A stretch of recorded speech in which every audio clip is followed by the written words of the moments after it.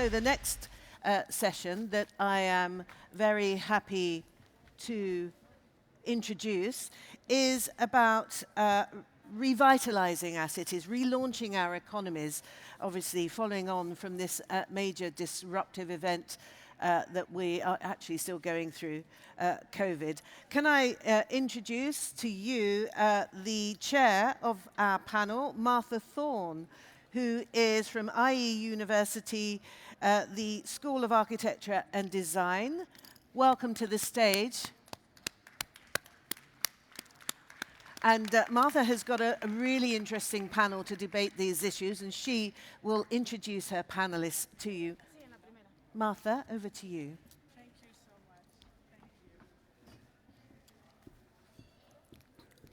you. It is certainly a pleasure to be here. I don't know about you, but all of us who have connected online for so many months feel this sense of not only relief, but great happiness in being face to face and seeing you here. So my first thanks is to you, the audience, and my thanks to the organization for creating such a safe and interesting and exciting environment. When we look at cities and we look at this time of the pandemic, without a doubt, economics comes into play at every level. And if we even look back in history, since the Industrial Revolution, cities have been the centers of production, and they've been the hub of economic activity.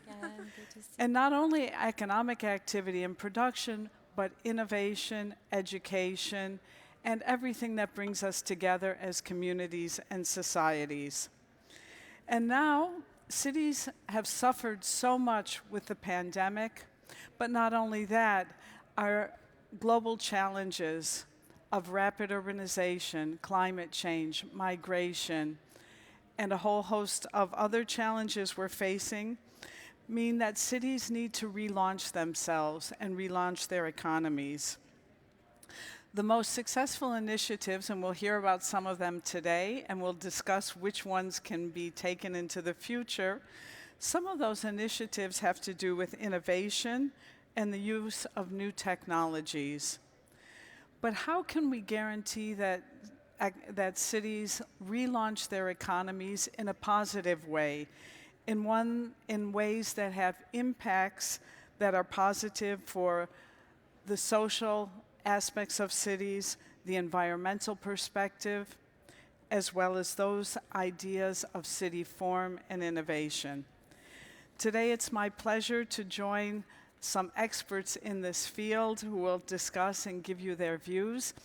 They will present a short statement of their point of view.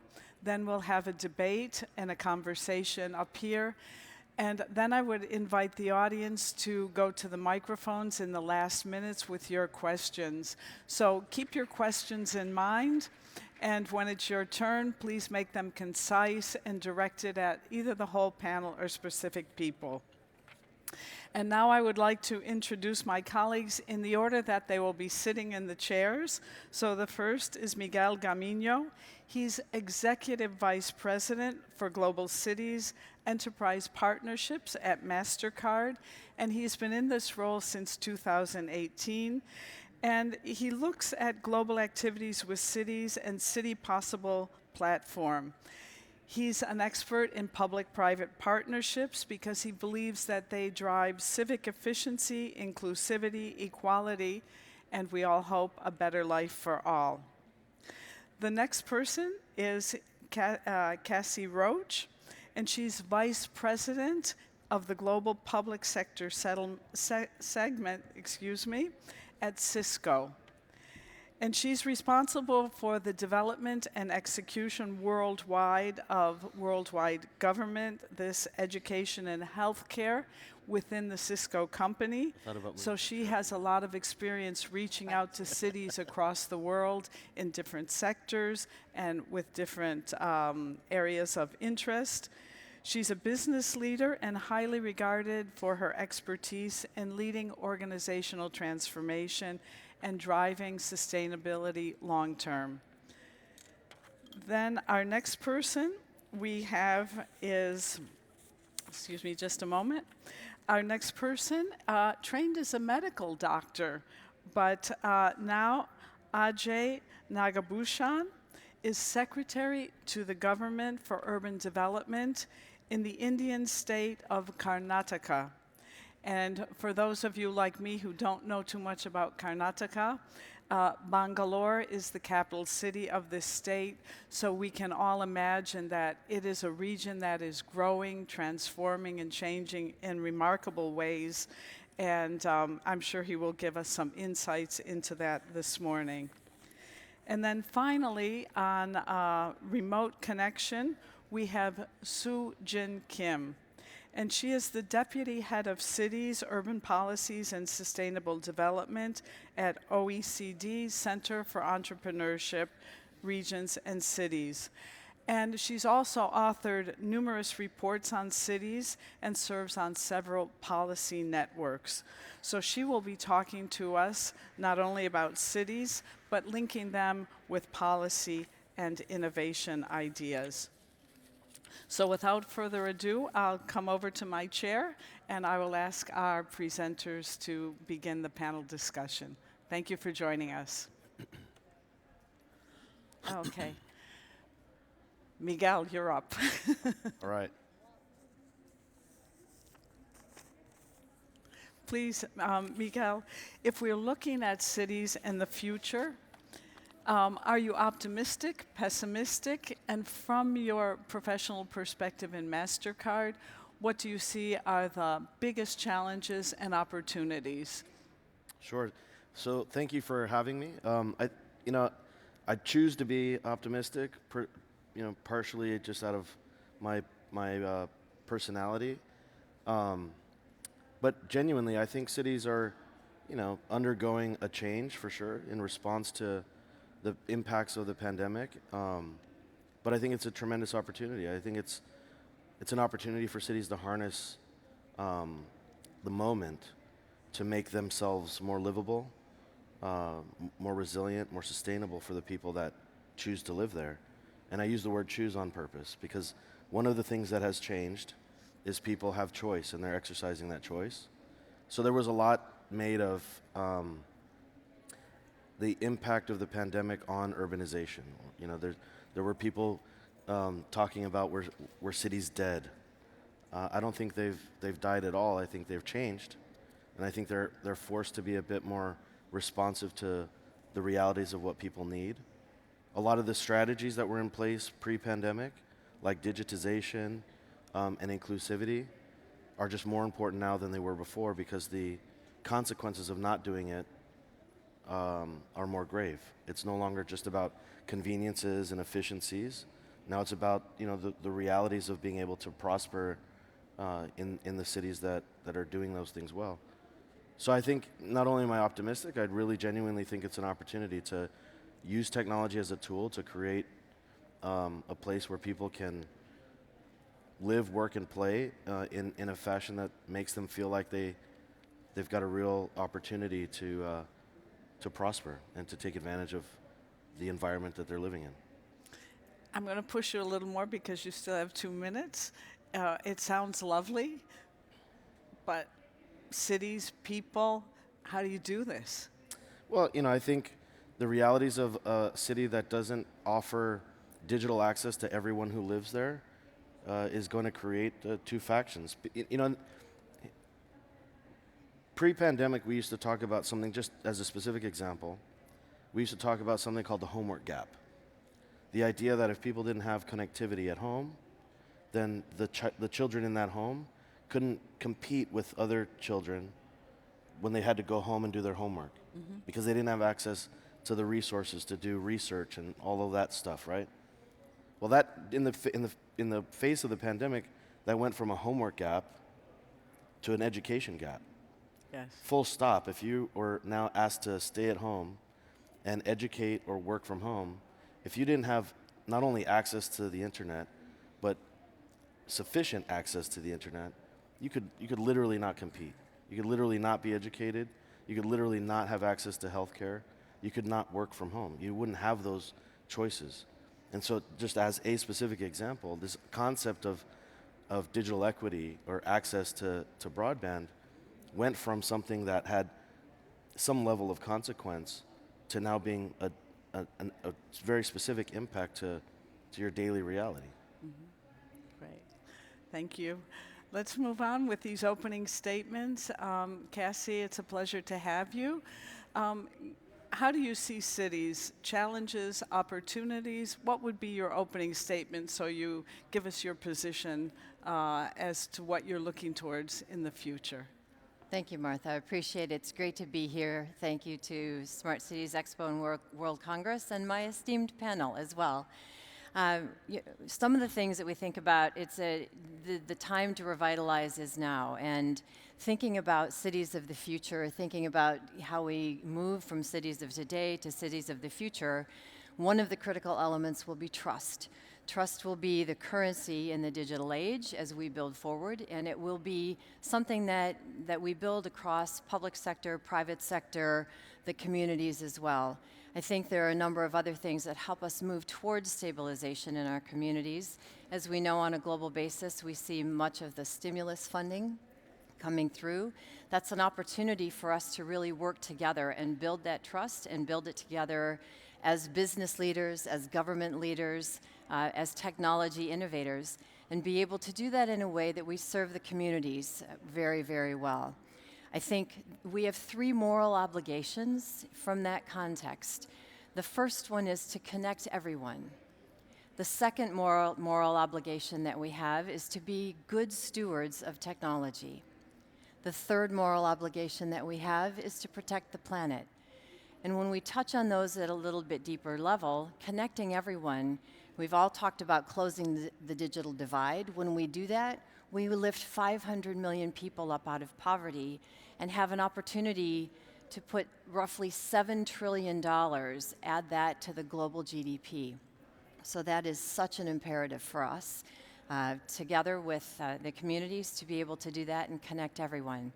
When we think about the second piece of this, which is getting to the being good stewards of technology and technology innovation, we come back to that trust piece. It's important that we trust across the communities, that we look at data privacy, that we think about those things, that we take an approach with investment and innovation at the same time, and be able to pull that through. The last piece is to really be a good to the planet, and so the sustainability impact, the things that we do from a technology standpoint, the things that we do across our communities, as we've all been talking about, really are thoughtful as we begin to close the digital divide and what that means. I think building through that, we do a number of things where we bring those all together. We have a unique program called our Country Digital Acceleration Program, where we create a level of investment. We think about innovation. It's public-private partnerships, and we really have an opportunity to bring that to market, bring it together, and create this community. We have a great example, just briefly. We're in the UK, a consortium working with 5G, so across technology innovation, thinking about the human impact and what they wanted to do, working on with the Orkney Islands, really built a sustainable environment for not only small business, but across the education system and everything else, and helped to boost tourism as well. So it really takes all the factors coming together to be able to do that. Thank you. Great, thank you. And our fourth speaker, although you may see on your screen that it should be Mr. Kumar, we're very happy that he is not here. Well, we're not happy that he's not here. We'd like him to, but we're very happy, Ajay, that you're here because you are a government representative. So would you give some opening remarks? You have a few minutes to do that. And I'd be really interested, because you're speaking from the public sector, when you hear the private sector speak, does it resonate with you? And coming from the public sector in a country like India, do you have specific challenges or opportunities? So please just open the session giving us your point of view, a little bit of background in the challenges and opportunities you're facing, and if you're optimistic about the future. Definitely. Thank you, Martha. And I'd like to thank the Smart City Expo also to allow me to sit on this panel and share my experiences and my thoughts with all of you and our esteemed panelists. Really, I don't know, I mean, we could not imagine that we'll be sitting like this a couple of years back. Today we are sitting here. And what this pandemic showed one thing, that whichever city we are, whichever part of the country, or whichever part of the continent, whichever part of the world we are, all of us are facing the same issues and the same challenges. And ultimately realize that all of us are one with respect to the challenges which nature puts up to us, like what she was just sharing with us. Now, I just want to share exactly what was our experience in India, and it's the same thing, like what Miguel told, kids in the home, people working from home, and economy in the first part of the 6 months of the first part of the pandemic really went down quite because of the lockdown and all. But ultimately, now we are through to the second wave, and almost 5 to 6 months in the second wave. Most of the things have had a great rebound, and I'm not only optimistic, we are very, very positive, and it's quite a lot of things the cities, a lot of things the public sector had put off, that many things which like digitization or so many things, they were not a priority, but because of this pandemic, they became a priority. And more than the public sector, it's the people who participated, the citizens. They adopted it, they pushed for it. They only took a lot of interest and shared, whether it is the private sector or the public sector, and everyone came together. And this is the synergy which was created because of that synergy of everybody working together. So we have to take forward this energy which we have built up now with respect to the future of the cities. And we had these regular challenges like people not deserting the cities, going back to the villages, people, most of the hospitality industry totally shut down, all those things were there. But we fought back, all of us, you also fought. We all fought back, and we have learned so many things. And in this learning process, it gives us an opportunity to increase our growth exponentially. And definitely in our country now, in the last this year, things have been really very fast. And any other questions I can take from you? Great, thank you. Sujin, may I call you Sujim, or do you prefer? Okay. Of course. Great, thank you. You're coming to us from Paris, is that correct? Exactly. Greetings from Paris. It seems to me that you're sort of in the center, if I understand correctly. You're not exactly the private sector, and you're not the public sector, but you try to bridge the gap between those and also other organizations. Could you give us some opening comments on how you see cities in the future becoming revitalized? Do you think it's possible? What are some of the challenges and opportunities you're seeing? Of course. So I come from the OECD, which is the Organization for Economic Cooperation and Development. It's an international organization serving 38 member countries in all continents. And since March 2020, basically since the beginning of the pandemic, we have been monitoring the impact of the crisis on cities and also how cities are responding to the pandemic. And so we've been monitoring those recovery strategies in more than 100 cities worldwide. And so if I were to give you maybe 3 quick highlights coming from this analysis and this work that we've been doing since last year, I would say maybe first, just to set the baseline, is that cities are really starting from a low point. It's true that many cities have paid a very high price through the pandemic on several fronts, including, of course, the health front, because some cities have actually registered, 50% more deaths this year than the previous year due to COVID-19. And this really means, for example, 18,000 more deaths in Madrid, 34,000 more in Mexico City, for example. And going beyond the health, of course, on the economic front, all those lockdowns, the restrictions put a lot of jobs at risk in cities that were closely integrated in global value chains. So, for example, port cities, trade hubs, tourism destinations. Our data shows that sometimes between 40 and 50% of jobs in those cities were at risk of disappearing. Whereas we estimate that on average across OECD regions, the share of jobs at risk was mostly between, let's say, 15% and 35%. So cities have really taken the brunt of the crisis. But my second point is that indeed cities are bouncing back, and they are trying to do so while accelerating, many of the transitions and the innovations which were already underway, but which would have probably taken much longer to materialize if it had not been for COVID-19. So at least there's, if I may say, a silver lining in this crisis. And I'm thinking at least of three transitions. The first one is the digital transition, obviously, and all of us here who gather to talk about smart cities will be familiar with this. All those smart city infrastructure and data hubs that had already been built pre-pandemic were critical in the early response to the pandemic, to monitor the spread of the virus, to support contact tracing. And we see very good examples of that in cities such as Seoul in South Korea, but also in other cities such as Florence, for example, in Italy, where they have already digitalized 85% of their municipal services, and they're aiming to go for full digitalization with the crisis and to ensure what they call the right to the network, to allow everyone good access to broadband.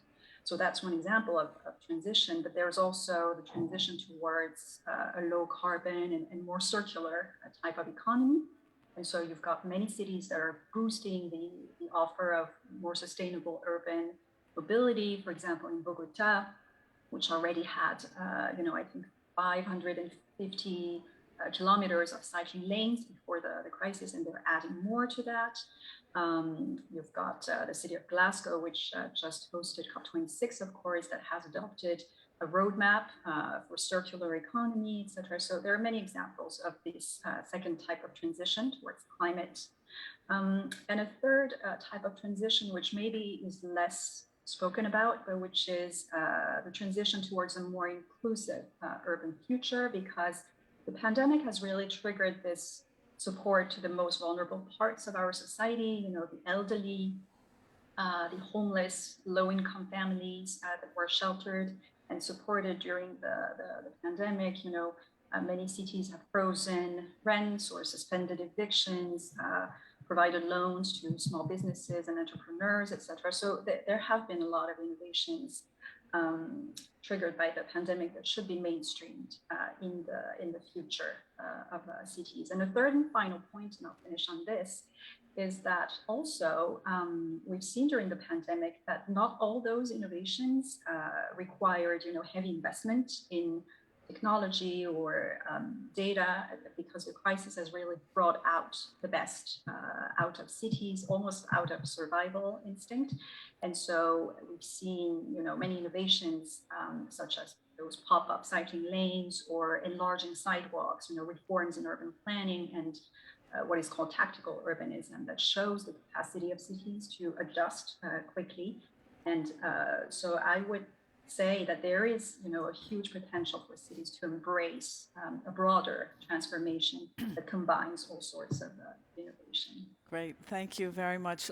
Let's go right into the idea because of having the right to digital services, to a digital network, because you all mentioned that somehow. Sounds great. It sounds like we all agree on everything, but I can't believe that.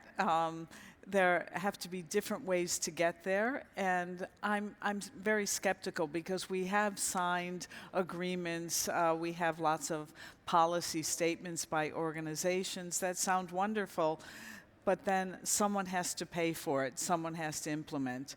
So we know the right to housing, the right to clean air, the right to many things exists, but we have huge segments of our population around the world that are not experiencing even minimally those rights. So Miguel, how do we get there? And please don't say, well, we get there in time and it takes time. Give me some really good examples. Is Mastercard going to pay for this, or who's going to pay for it? Well, I mean, to be specifically responsive to that question, we have made investments. We've invested in the broadband plan in New York City, for example, that unlocked $150 million of their own capital investment to try to deliver access to broadband to. How did you do that? How did you unlock the capital? What do you mean? The Ford Foundation and Mastercard provided funding that allowed them to hire project managers that then allowed them to make the capital investment to aid in the delivery of equitable access to broadband. And this is an example of the problem hiding in plain sight. You wouldn't suspect that of all places in the world, New York City would have, a broadband gap, but it does.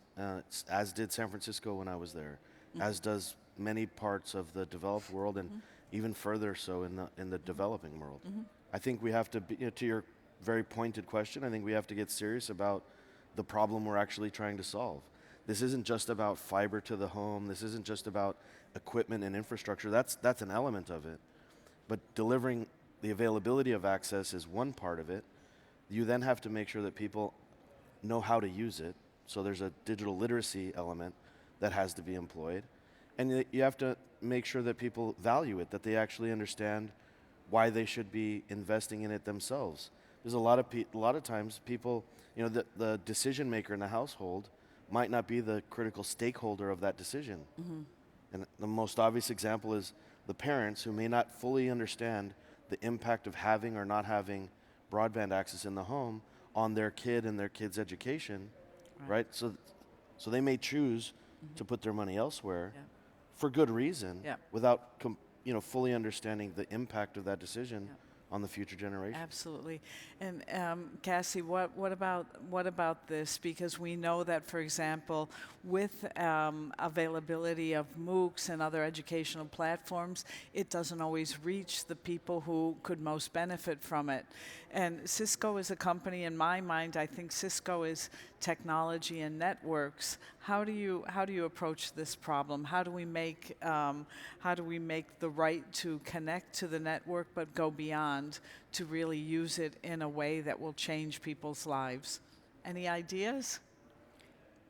A few ideas. Let's Okay. just start with one or two. I think with my colleague from Mastercard as well. The ability to close the digital divide is our greatest opportunity at this point in time. Whether it's networks, human networks, digital networks, we have to work toward all of those components to be able to do that in a way that really lifts the underserved or the socioeconomic component that we want to make sure we can get to. We have a tremendous gap, as you've said, not only with connectivity, but with digital skills. So I think they go hand in hand. And whether we're extending networks, we also need to extend the education, as you've said, to be able to do that in a way that the communities can come together. We've tried successfully to do a number of different things. We've used school buses parked in rural communities that have connectivity. That's been one way to try something to bring that connectivity to a community. We've tried to use libraries as a gathering place, so also for the community and then for school children or other places. You see many things from wireless mesh type of applications to being able to broaden, a stretch of a roadway in a city to provide services. So I think there are a number of different ways. It will take different types of technology depending on the services that we want to deploy in the circumstance. I think some of the things that we've done in concert with public and private partnerships have been to create a level of investment as well, using the funding that's available in the community. You've made a great example of that, Miguel, with New York City, to be able to say, we have to do that better. We have to look at the whole pie and what's available. And it may not always be money, it might not always be technology, but together we can build that. Thank you. Great. Ajay, from the public point of view, and I think that India probably has different realities, I wanted to ask you, is it the government that should be investing? And did the government in your state invest a lot in technology, for example, in the field of healthcare and hospitals? Yeah, Have you seen a great transformation? With the pandemic, two things happened which was seen everywhere. The first thing is that a lot of existing resources were diverted towards control of the pandemic. A lot of the existing resources like men and our money and all those things, a lot of time and energy was invested towards the control of pandemic. At the same time, some of the revenues which were planned, they dried up. So definitely there was some deficit and all, but ultimately it is the what we prioritize. And what we prioritize, like for example, education. Definitely there is a digital divide. There are kids who have laptops, tablets, who have access to internet. There are other kids who don't have laptops, no access to internet. Similarly, there are schools in private sector, schools in public sector, teachers who themselves may not be having or who have. And so the first thing the government or all of us thought about is, first we bring the teachers, we train the teachers first into using digital platform for teaching, prepare the syllabus for them, prepare the teaching materials, the videos, and the interactive things. Kids require printers to print it. So these kind of things, the education department looks focused on teaching or training the teachers. And then again, once we were expecting, nobody was expecting the second wave. Then again, after the second wave, we again learned that what we have done with the teachers and what we have done with the schools, same thing we require to focus on the kids who don't have access to this. So again, it was prioritized that funds were put up and the kids were distributed laptops. It was given free, but definitely in the interest of thinking that a couple of years gap in the education is going to hit our economy in the long run. So it was prioritized, and these whatever hardware and software support were required were diverted towards them. At the same time, with respect to the health sector, again, most of our hospitals and the private practitioners, all of them joined together. And as you might be aware that we were planning with telemedicine, but now with the new reality, most of the consultation happen on online. Most of the things are management of the patients. So these things got a real impetus and they picked up. But basically, being in the government or with the public sector, we have to, we or all of us took a decision to prioritize in the given situation where we could focus and where we have to immediately take steps. So it's given some good results. Yeah, exactly. Some of these experiments or necessities that we undertook during the pandemic, moving things online, I'm sure they're here to stay. Sujin, I wanted to change a little bit the question with you because you did talk about digitization and some examples, but drilling down a little bit more, to reboot an economy, do you really think that innovative startups is the way to go? Do you think it's big investment? How do we get or is it just if everyone has access to digital technology, it will naturally restart our economies? Can you drill down and say what you think are some of the key points to getting economies going again? Yeah, so I mean, on the first part of your question about, does investment in digital technologies automatically generate those economic benefits? My answer would be, sadly, No, because I think even though the pandemic has really triggered, the world's biggest teleworking experiment and digital experiment, because we all shifted online almost overnight. This experiment really showed how divided we are and how unequal we are. And I think all my fellow panelists have mentioned this. Digital divide that was revealed, and our numbers really show this. The good news is that cities do have a competitive edge over other parts of the country, because cities have, on average, 15 percentage points more jobs that can be worked remotely than rural areas. So if I take the example of the city of France, where I am, we estimate that around half of jobs can be worked remotely, versus only about 30% in the region of West Normandy in France, which is a rural region. So the good news is that cities are well equipped and they're continuing to invest in digital technologies. The bad news is that those benefits actually do not always reach the right people or the most vulnerable ones, and sometimes it actually widens the gaps that were already there. So data shows that in the US, for instance, it's quite shocking. The teleworking rates for individuals who had a master's degree or a PhD were actually 15 times higher than for the least qualified employees. So you see straight away that digital technologies are not delivering the same benefits to everyone. So I would say that investment in digital technologies is a necessary condition, but not sufficient, as you would say. I think this is why we really need to think of the relaunching of economies and societies in a much more holistic way.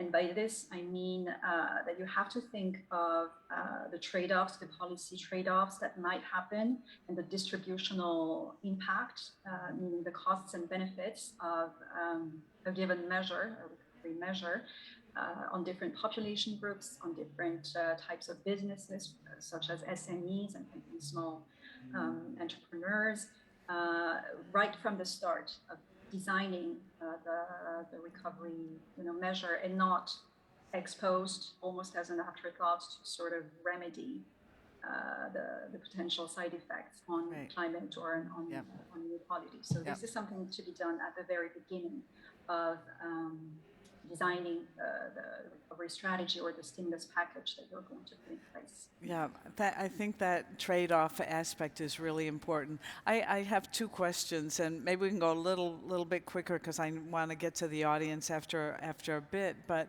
one is in reimagining or relaunching a city, should a city have a vision of where it wants to go? And because we know that cities are competing with each other now much more than countries are competing. It's the city and city's personalities, city's economy, which is really a key aspect of the city moving forward. And should cities have that vision, that way forward? And if so, where is the leadership? That's one question. And please don't just say, oh, public-private, we all get together and lead, because that's not the way it happens. That's a very beautiful way, but so Ajay, I'll ask you, can government really work with private corporations and bring them together in a vision? So do we need the vision is the first thing. And the second is, if you would address trade-offs, because there will be trade-offs. Should we trade off getting the economy going and sacrifice, maybe short-term, but sacrifice something about mitigation of global warming? Or must we remain loyal to our goals of attacking global warming or initiating circular economies and not have trade-offs? Must we be rigid? Cassie, I'm going to ask you first. I'll answer the second question first. Oh. I'll answer the second question first. Okay. There can be no compromises or no on the question of lives. So for the second question, I just wanted to tell that in that aspect we are not going to, or nobody can do that. But the coming time, the smart cities and the smart mobility, cities have to think how they will provide this kind of mobility to the citizens or the people who stay there. So definitely, when they are competing with each other, the livability scale in the city, these are the things which are everybody is working on that. But ultimately, every city has some unique attraction. Like Barcelona itself has something unique. Why Fira is sitting here. So every city has its own unique USP. So once we identify or once we work on that, that's the only way. And definitely with this pandemic, like what she told, Susan told, I just wanted to add one thing. Like we had this Y2K.com, a lot of companies during the Y2K crisis, 2000. A lot of companies came up giving solutions to the Y2K problem. And after the couple of years, all of them disappeared. Similarly, there are some new business processes being developed in the pandemic and new companies coming up, a new kind of jobs being created. We just have to hope that that will be taken forward and those don't disappear when the pandemic disappears. Okay. Cassie, would you like to? I think the vision piece, your question about is it government's position to have a vision? Absolutely, but my experience has been that government traditionally puts that vision together with the community.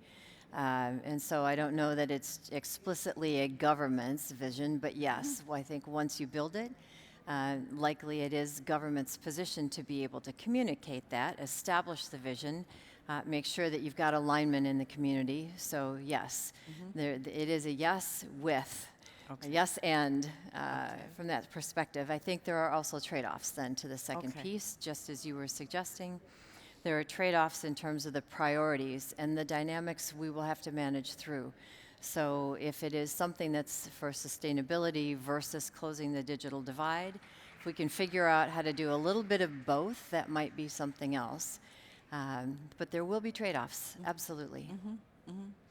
And Miguel, and I know that Mastercard has been involved more and more with cities. Do you appreciate working with cities that have a clear vision of what their future is, or do you feel that Mastercard has helped them establish that vision going forward? And then I'll ask you about the trade-offs that you've made or had to make. Yeah, I think, look, so before Mastercard, I worked in cities. So I've been on both sides of this equation, and I think, let's not confuse vision with prescription or ambition, right? I think most cities have an ambition to be prosperous, to be inclusive. Every mayor that I've worked for, that I work with now, they're all effectively trying to achieve the same thing. They're trying to make their communities healthier, more livable, more prosperous, growing their economies, supporting the small business community. And that checklist is pretty similar, city by city. What changes is their methods, right? And that goes into your trade-offs question. Right? Different cities have different natural resources. They have different capital resources.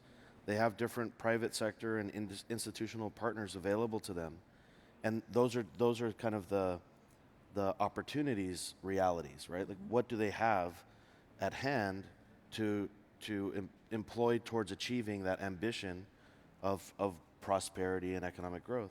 And that's what changes. And so in our program, not to turn this into a commercial, but in our program, we're engaged with 310 cities around the world. And so you can imagine the diversity of that conversation. But again, I'm here to say, but the similarity of the ambition, right? And so we believe it is the role of someone like Mastercard and other partners that we bring to the table that are part of our City Possible program too, to understand how, what the nuances are of that particular community in their ambition to achieve that prosperity and growth, and what things we can contribute that would be meaningful to that. In New York City, in the case of the digital equity piece, it happened to be actual money that could be contributed, that could unlock all this capital available to them to move forward with a plan that they already had. In other cases, their cities are not in that position and they need help crafting that plan. I think it's all about being, respectful of those nuances and take the time to understand them and figure out how you can employ your strengths to help them make progress down that road. It's not copy paste, and that's not easy. For us, it's core to our business too. I'm not philanthropy. Everything I said we're doing is not philanthropic per se. It is about doing good, but I'm on the business side of it, and it's also about doing well. For us, we're in a fantastic position in that everything we do to help a local economy achieve those ambitions, as I've described them, that every mayor might have, is also good for our business organically, right? So we're in that spot where we can make those investments to help them achieve their goals, and it's not a trade-off to us anyway in our ambitions to achieve our goals. And so we find partners who are in similar position that can make those sorts of investments. Thank you so much, Miguel, because that seems to illustrate this idea that rather than businesses extracting value from cities to make their money, by creating better, healthier, more vibrant cities, they can make more money. And so by it then becomes giving to the city to which is a benefit in many ways, but it's also a benefit to the company. And Yeah. the bridge there though is it takes courage and vision on the part of the private sector to see that long range impact, right? Absolutely. And so it is the vision of the city, and it has to be the vision of the partners to head toward that goal. And Cassie, I know you work in this field too, in working with cities. Could you talk a little bit about that and maybe the role of innovation in getting the economies going and how that might work? Sure, I think the role of innovation, and again, back to part of our moral obligation, is to make sure that we're thinking about how technology becomes equitable, promotes that component of non-bias. But I think when we look at innovation, it can be anything. I mean, sometimes it's something very simple that is the innovation that either unlocks other capital, unlocks other innovation, gives the skills that we need in our cities, could be education, healthcare, anything that is something that allows everything or all boats to rise, some would say. But that level of innovation simply might be a new idea. It might be technology, but we're going to use it in buildings instead of just on a roadway. Everything we're talking about from the sustainability standpoint, from electronic vehicles to autonomous everything, is going to take the capacity to connect 35 billion things to the internet today to up to 500 billion things by 2030. So innovation is going to come in all forms. You mentioned some of the things that we saw with pop-up hospitals around the world, whether they were serving vaccines or giving COVID tests or serving patients. All of the innovation is designed, if we're thoughtful about it, to create that human impact. So whether we're doing it to engage young people in a different way, whether we're doing it to maintain family connections with our elderly members of our families, all of it then will serve the purpose of making a healthier community. Thank you. And Sujin, I wanted to ask you quickly, and then we'll go to the audience. It seems that the pandemic was so, in some ways, unexpected, and there were so many repercussions that were hard for us to deal with. It was a changing situation daily. I hear in my students at IE University that they're looking for stability. When we think of stability and we think of something like entrepreneurship, innovation, change, can we, and without giving facts or figures, but just your gut reaction, can cities provide this stability that people seem to be looking for, and also relaunch and energize their economies through innovation, through entrepreneurship, or maybe there are other ways that you're seeing that cities are trying to do this? So stability to me is an ideal, of course, but unfortunately, I think the world is so unpredictable that it will be very difficult to, get to a point where you can actually think that you've got things under control and things are going to stabilize. However, what you can do, I think, at a city level is to strengthen your resilience, your capacity to prepare, to anticipate, to respond to multiple types of shocks, because this pandemic is not the first one that cities have gone through, and it's certainly not going to be the last one either, or at least not the last type of crisis. So I think what cities and all their stakeholders and their communities can do is really to build on this collective intelligence that they have, and to strengthen their capacity to be resilient. There are different ways to do this. I guess from just an institutional point of view, you see many cities around the world that are appointing a chief resilience officer. I think it's the case in Paris, Milan, Boston, and many others. And it's not to say that this one person is going to solve everything, of course, but it just shows the momentum created by the pandemic for cities to invest in their capacity to anticipate more, to analyze the data that they have at hand, and just also to take this broader perspective on the different sectors of urban development, and not take a piecemeal approach to recovery, for example. And so not just think about, how do I relaunch, tourism in my city, or the construction sector, or the transport sector, or, cultural industries in my city, but how to take this more overarching vision. And it really comes back to, I think, those, big priorities, cross-cutting priorities, such as digitalization and climate change and inclusivity. That we were mentioning before, so that we, develop this coherent policy package and make our communities safer and healthier. Great, thank you. I wanted to open it up to the audience. We have about 10 minutes left in this session. If anyone has a question, please go to a microphone and feel free to direct your question either to the entire panel or to an individual person. And if not, then I'm going to just keep asking my questions. Do you see, AJ? Do you see more opportunities for public-private partnerships? Ajay, in India, is the public sector working more closely with the private sector as a result of COVID? And do you think it will continue in the future, whatever the trend may be? No, definitely, like I told in the beginning, this pandemic cleared all the distinctions between public sector and private sector with respect to the COVID management and these things. And the traditional mistrust which was there between the public sector and the private sector, I'm just telling that. And nobody could work with that kind of mindset.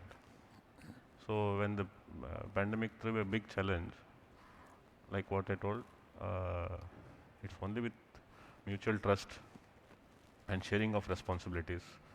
The pandemic was basically tackled, the first and the second wave. And it will be the same thing in the future also. And particularly for us, we have in health sector, public sector is there, private is there, and public-private sectors, that's also there. And everybody contributed. Things will continue in the same way.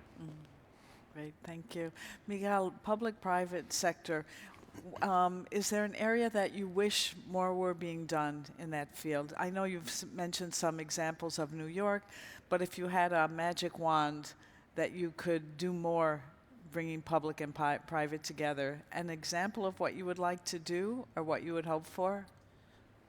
I, we're really focused on kind of the co-creation approach to public-private partnerships. I think that the concept of public-private partnerships often gets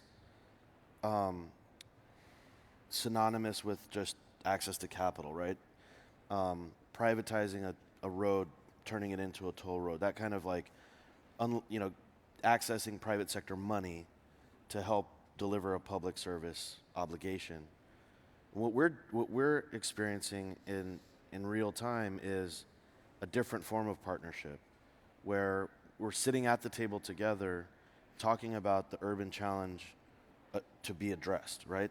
And driven by the city, telling us this is the priority issue that we need to confront, and that is our role in that from a partnership perspective is not just how do we help you finance it in a way that can deliver a return satisfactory to us that could make the money available to you type of thing. Typically a very transactional conversation. Instead, we're having a deeper conversation about what the problem really is, what is it that is truly trying to be achieved, and then often, almost every time, finding other partners to bring to the table that have different kind of contributions to make. And what happens then is you craft a solution that typically just looks fundamentally different, because it's not just about finding a way to help the government pay for what it thinks it wants to do all by itself anyway. And that's what I hope that the partnership conversation continues to evolve around that, around coming together to collectively address the issue and bringing in-kind and talent and other assets to the conversation that can help contribute to that solution. Thank you. Cassie, would you comment on that? And especially when Miguel said bringing other people to the table, this morning when we were talking about these complex issues, and you mentioned, oh, yes, I'd really like to be in touch with architects who are using technology and conceiving the environment, the built environment in a different way. And I really appreciated that because from my vantage point, architects, urban planners, urban designers are often not even considered. We're not even at the table. So could you talk a little bit about public-private from your perspective as Cisco, which is a huge company, but I know you're involved in a lot of cities. Maybe give us an example of positive or negative? Absolutely, and thank you. In our experience across 160 countries, we've had a lot of examples, and I think the things that we have found, typically urban planning is a 5 to 15 to 20-year environment. And what we're seeing today is that everything is accelerated.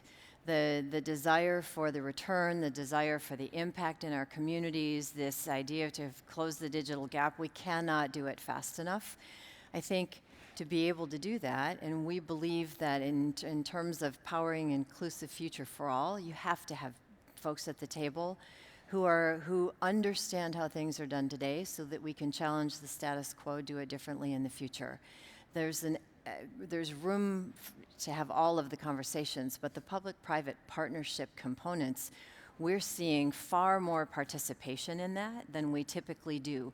So instead of having to drive that from the private side of that, what we're seeing is more willingness. We're looking at the attributes that the cities and the planners have and that the leaders have in those communities to be willing to innovate. This willingness to do it is a key component of it. And then we can really put those partnerships to work in the communities and engaging in different ways. So. Great. Thank you. And Sujin, you must see a lot of public-private partnerships in your role. Is there anyone that you can bring out a quick example of something that was really, truly innovative and was very successful beyond the idea, as Miguel said, beyond just being more efficient and saving money or providing investment? Is there any new model that you can share with us? Well, I guess it will not really be limited to public-private partnerships, but just looking at the shift in urban planning and urban paradigm more in general that cities are trying to adopt now. There was this shift, from mobility to accessibility, meaning that we don't focus anymore on moving people from point A to point B as fast as possible, but we actually work on making goods and services accessible to people where they are.